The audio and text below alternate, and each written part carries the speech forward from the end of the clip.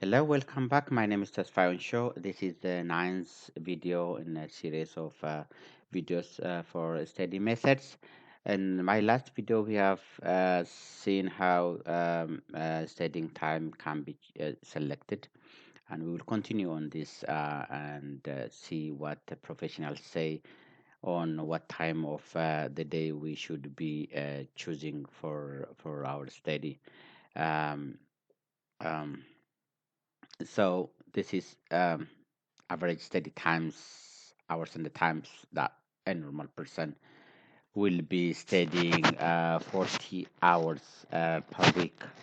That's really a very nice time if we spend 40 hours per week. This is a very nice time. This 40 hours per week means on average around how many? We have 7 days. So the average, on average, it's around 7 hours a day. 7 hours a day is really studying 7 hours a day is a very nice time to do that. So Paradox says 40 hours is for those successful students, so most successful students who are committed to do that 7 hours a day. Uh, by the way, each lesson in a university has a given study hours. For example, one classroom should be supported by 3 hours of study. One class lecture, 1 hour lecture should be supported by three. Well, it may be different from college to college or from subject to subject, but this is what there is an amount of time we have to stay studying one classroom to back it up to make it really useful for that. So this is a time advices from 7 p.m. to 12 p.m. and early in the morning is the most widely used study times by students. Um, that's correct. That's after dinner and then during early in the morning. This is a time that students have actually if during the daytime if they go to college and running from class to class, and lecture to lecture. So obviously, these are the study time that the students have.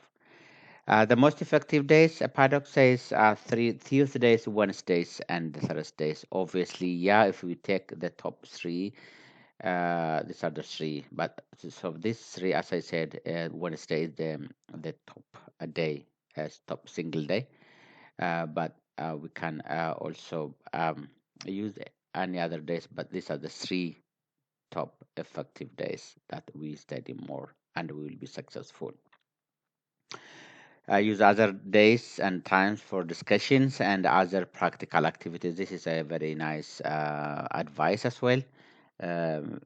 Discussion and other practical physical activities are also important for the mental health and the processes, and we need to do some exercises so that the flow of blood into our mind it will be normal, because otherwise we can't steady day and the night continuously without doing any exercises or without having giving the mind some kind of rest as well. So it's very important to stick to having some kind of physical exercise and the breaks in our study. It's very very nice to have that. So there are high quality and low quality study times, as we have just seen that, but it is we have to distinguish them for ourselves. Maybe this is a personal stuff as well. Then high quality time is when we are alert, be able to concentrate, and they can where we are not disturbed for a given time. It could be 1 hour, could be 2 hours, could be 30 minutes, 45 minutes. We have that time, very quality time, not disturbed. We are more attentive, and we we do on those times whatever we like, because our mind is alerted, our mind is capable to concentrate, and the processing is really really very nice. But the low study times, we are very, our concentration is poor, we have a low span of time, the span of attention, and we may be tired and easily distracted, um, anything with around us. So in those times, um, we better do other activities than study. So we have to know our time. Where is my high quality time? That time is the most effective time for us. And if we said we touched this already, I told you already about my own experiences.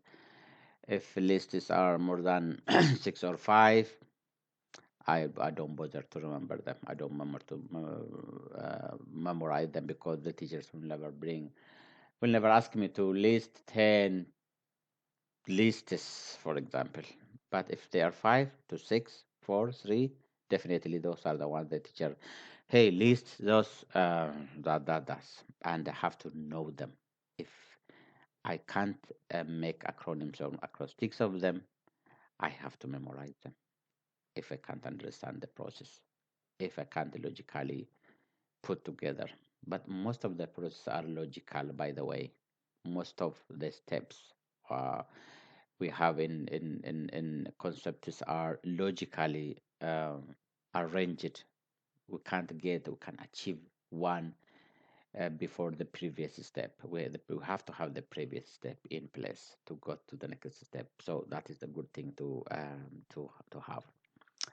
So for those universities or curriculums that allow true or false on short answer questions, this is where we have to study long lists of 10 and so on. In those, we have to uh, have a clear understanding of the concepts in there, not the listing them, not listing them, not knowing all of them, but the concept in them should be known. They could come up as a binary questions, true false, or by asking short answers.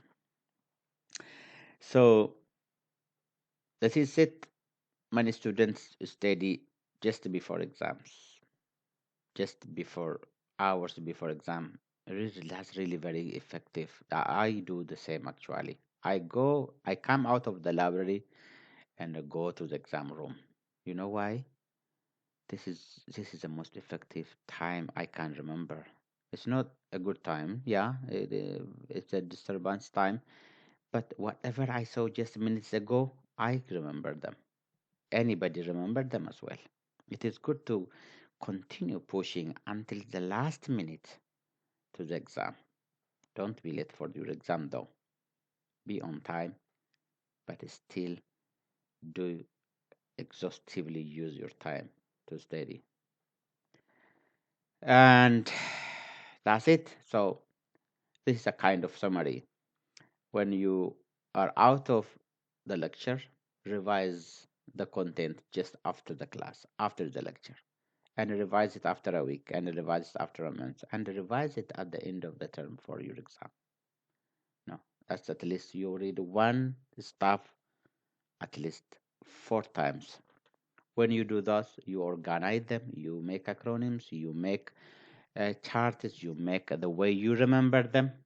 If you read 4 times on a concept and you organize them, you already have a very, very strong knowledge about that. And there's no worry for exam. I tell you, I assure you, you already nailed it and have it for life as a knowledge into your mind. Thank you very much. I end here the video. This video here. If you have questions and comments, please do it below. And this is a resource I used to develop. You can also go into these books and